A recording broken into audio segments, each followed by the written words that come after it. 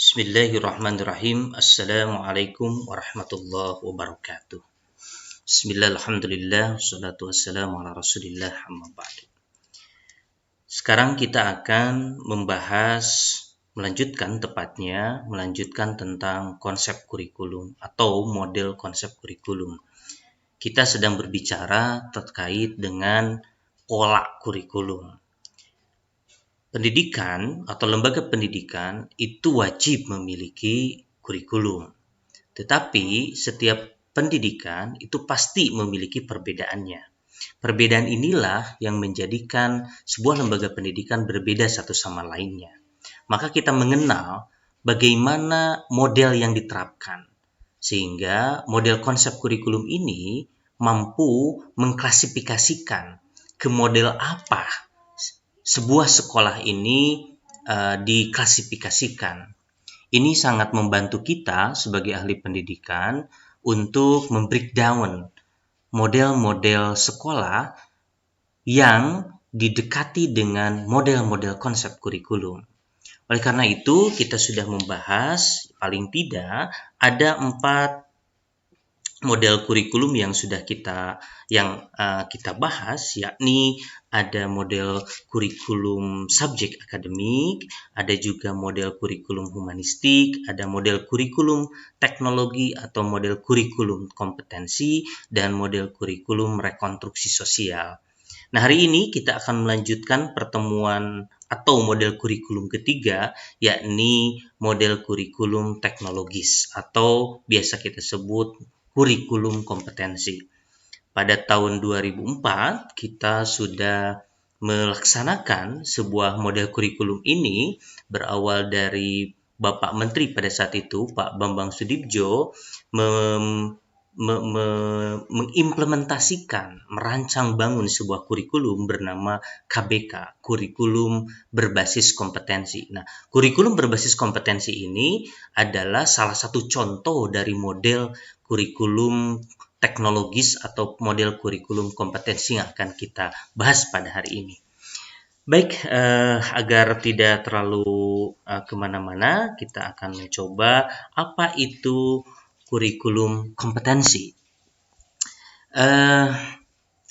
Para hadirin yang berbahagia, kurikulum kompetensi dilandasi dengan oleh aliran pendidikan teknologis atau oleh aliran teknologi pendidikan. Sederhananya begini, bahwa sebuah pendidikan itu seperti produk pendidikan. Bahwa jam tangan sebagai sebuah produk pendidikan memiliki komponen-komponen, terdiri dari jamnya, terdiri dari mesinnya, terdiri dari wadahnya, terdiri dari barlennya, dan seterusnya. Komputer, dia disebut komputer manakala dia memiliki motherboard, memiliki random access memory, memiliki prosesor, dan seterusnya. Dia disebut komputer manakala dia memiliki komponen-komponennya. Begitupun pendidikan. Pendidikan pun disebut pendidikan manakala dia memiliki komponen-komponen pendidikan. Sehingga di Indonesia sebetulnya Departemen atau Dinas Pendidikan atau Kementerian Pendidikan Indonesia itu melahirkan kurikulum berbasis kompetensi itu dibarengi dengan komponen-komponen pendidikan yang kita kenal menjadi standar atau 8 standar pendidikan. Maka dalam kurikulum ini akan dikenal dengan berbagai macam istilah. Salah satu istilahnya adalah kompetensi. Kompetensi itu minimal memiliki dua pendekatan atau 2 terminologi. Satu, kompetensi itu harus observable, dapat diamati. Kompetensi itu harus measurable, harus dapat diukur. Sehingga dapat diamati dan diukur menghasilkan sebuah istilah baru dalam pendidikan bernama standar atau standarisasi pendidikan.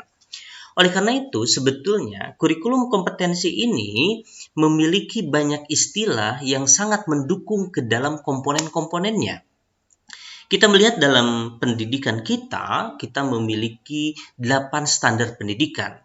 Ada standar pengelolaan pendidikan, ada standar kompetensi lulusan, ada standar isi, ada standar evaluasi atau penilaian pendidikan, standar pendidik dan tenaga kependidikan, standar pembiayaan, standar sarana prasarana, dan seterusnya. Sehingga standar-standar ini adalah sebetulnya istilah-istilah yang mengacu kepada kurikulum ini, di mana kurikulum ini dilandasi oleh sebuah landasan filsafat bernama teknologi pendidikan. Coba kita lihat apa saja sih yang menjadi indikator atau menjadi karakteristik dari kurikulum teknologi pendidikan. Satu, bahwa pendidikan dalam kurikulum kompetensi ini, mereka itu berorientasi pada masa sekarang. Sekarang itu lagi apa? Kecenderungan apa, dan juga berorientasi kepada masa depan atau masa yang akan datang. Sehingga kurikulum ini didesain untuk menjelaskan apa yang terjadi sekarang, sekaligus memecahkan masalah sekarang itu untuk mendesain masa yang akan datang. Inilah karakteristik teknologi pendidikan. Tidak berbicara tentang masa lalu seperti kurikulum subjek akademik, tetapi berbicara masa sekarang itu kita tendensi kehidupan yang harus kita lalui itu seperti apa. Lalu selanjutnya, pendidikan juga dia bersifat ilmu, bersifat ilmiah, bukan seni. Kata kuncinya adalah bahwa pendidikan adalah ilmu. Ilmu itu dapat dipelajari. Sehingga karena ini ilmu, maka harus ada batang tubuh keilmuan. Harus ada disiplin ilmu yang menjadi berkelindan satu sama lainnya. Dia harus terdiri dari body of knowledge, tubuh keilmuan yang jelas. Sehingga apapun di dalam dunia pendidikan itu bisa dipelajari. Dan pendidikan itu sendiri itu adalah sebuah ilmu, sehingga untuk meraih tujuannya, dia itu harus step by step, harus sesuai dengan tahapan dari keilmuannya itu sendiri. Itu karakteristik dari teknologi pendidikan. Seperti kita menguasai komputer, itu harus menguasai berbagai tahapan. Sehingga kurikulum ini sering sekali memiliki sebuah adagium, yaitu kurikulum yang mastery learning. Pembelajaran yang sifatnya menguasai 10, dia harus melewati 1, 2, 3, 4, dan seterusnya. Nomor 3, manusia juga pada hakikatnya tidak berbeda dengan binatang, hanya lebih kompleks dan berkemampuan tinggi. Oleh karena itu, sebetulnya manusia dan binatang itu sama. Tetapi manusia itu lebih kompleks karena memiliki natiok, gitu ya. Karena memiliki pikiran, reasoning. Oleh karena itu, dalam kurikulum ini sebetulnya manusia itu ibarat hewan, sehingga diajarinya dengan menggunakan teori belajarnya behavioristik. Dia bisa karena biasa, bahkan dia bisa karena terpaksa. Itulah manusia seperti binatang. Binatang tidak ada yang sekolah, tetapi karena mereka memiliki insting, bukan reason, mereka jadi bisa karena terbiasa, bahkan dipaksa. The survival of the fittest. Selanjutnya nomor 4, bahwa pendidikan itu adalah transmisi, memindahkan iptek, ilmu pengetahuan dan teknologi, dalam berbentuk kompetensi.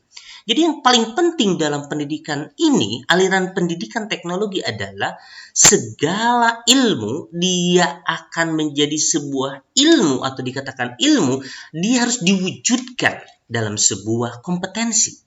Manakala tidak ada kompetensi, maka ilmu ini dianggap tidak memiliki unsur-unsur ilmu yang sesungguhnya. Seperti misalkan, kita tahu Al-Quran, maka kita juga harus mengerti bagaimana cara membacanya, bagaimana cara menerjemahkannya, bagaimana cara menafsirkan, bahkan bagaimana makna-makna itu diwujudkan dalam kehidupan. Itulah pendidikan teknologi. Lalu bagaimana peran guru? Guru itu sebagai pengelola belajar.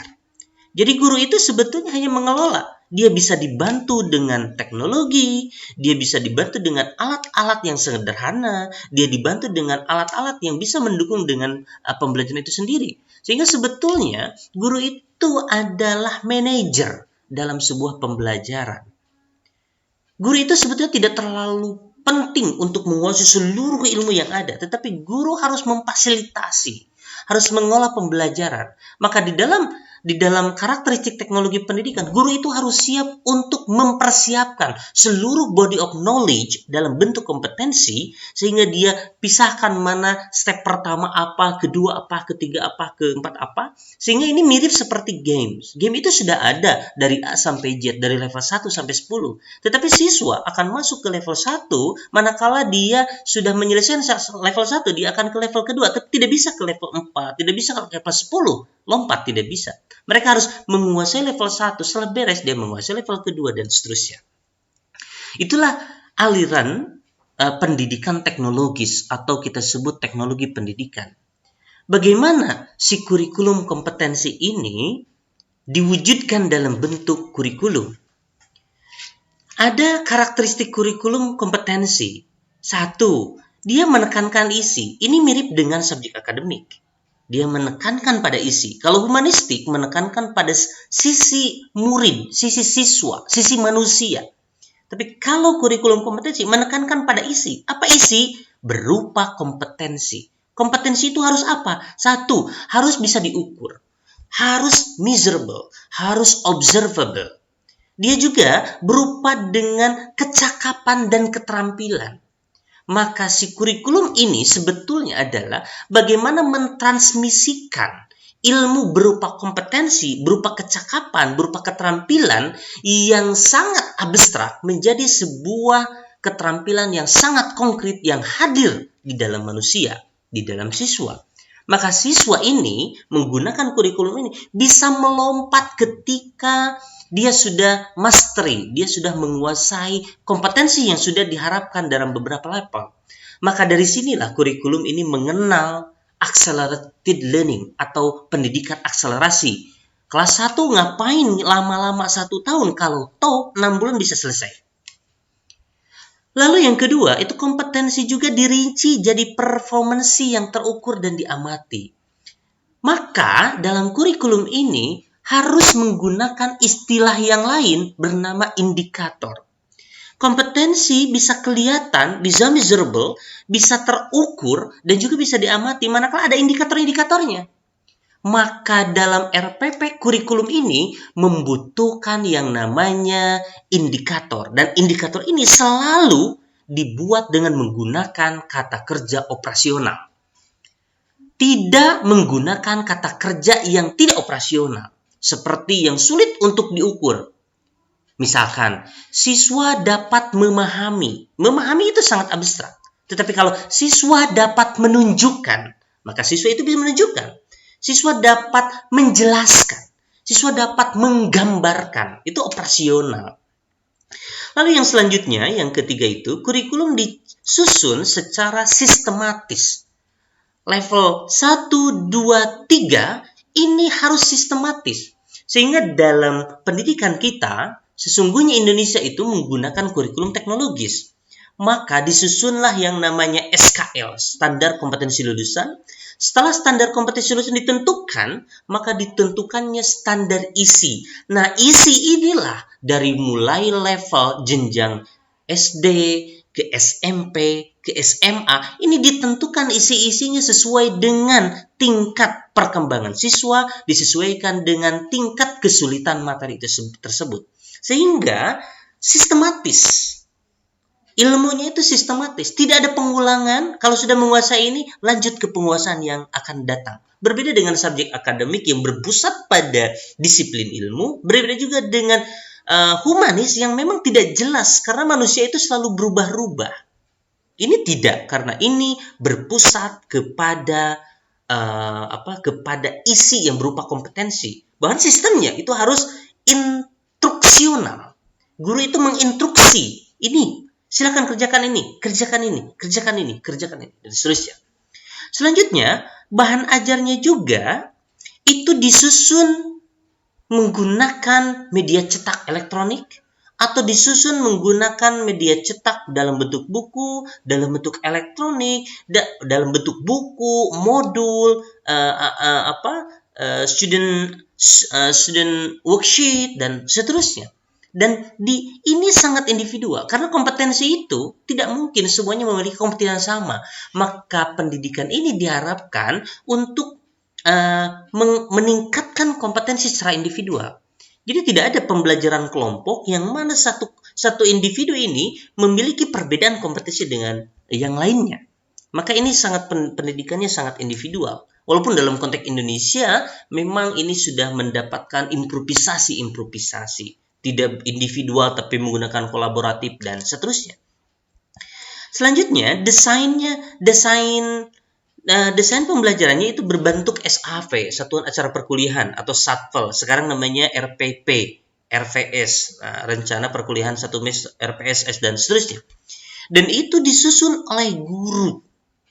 Dan program pembelajarannya disusun tim khusus. Jadi ini sebuah keilmuannya oleh menggunakan tim teaching, menggunakan tim khusus, lalu nanti hasil dari program ini dia diimplementasikan menggunakan sebuah rancang bangun dari rencananya bernama RPP, sehingga itu perjalanan atau skenario pembelajarannya jelas secara sistematis. Dan itulah kurikulum kompetensi. Saya yakin bahwa di Indonesia hari ini kita menggunakan kurikulum ini. Di luar pendidikan alternatif miliknya humanistik, di luar pesantren miliknya subjek akademik, di luar pendidikan perguruan tinggi, yang mana perguruan tinggi itu sebetulnya subjek akademik, walaupun dalam KKNI dia disebutkan sebagai kurikulum berbasis kompetensi. Tapi pada prinsipnya, kurikulum ini menekankan kepada bagaimana siswa menguasai kompetensi yang diajarkan. Semakin cepat dia menguasai kompetensi, semakin cepat pula dia lulus terhadap sebuah jenjang yang sudah ditentukan. Maka standarisasi pendidikan ini sangat penting. Maka indikator harus jelas, maka level-levelnya juga harus jelas, semuanya harus sistematis sesuai dengan karakteristik teknologi pendidikan. Itu saja mungkin. Terima kasih. Wassalamualaikum warahmatullahi wabarakatuh.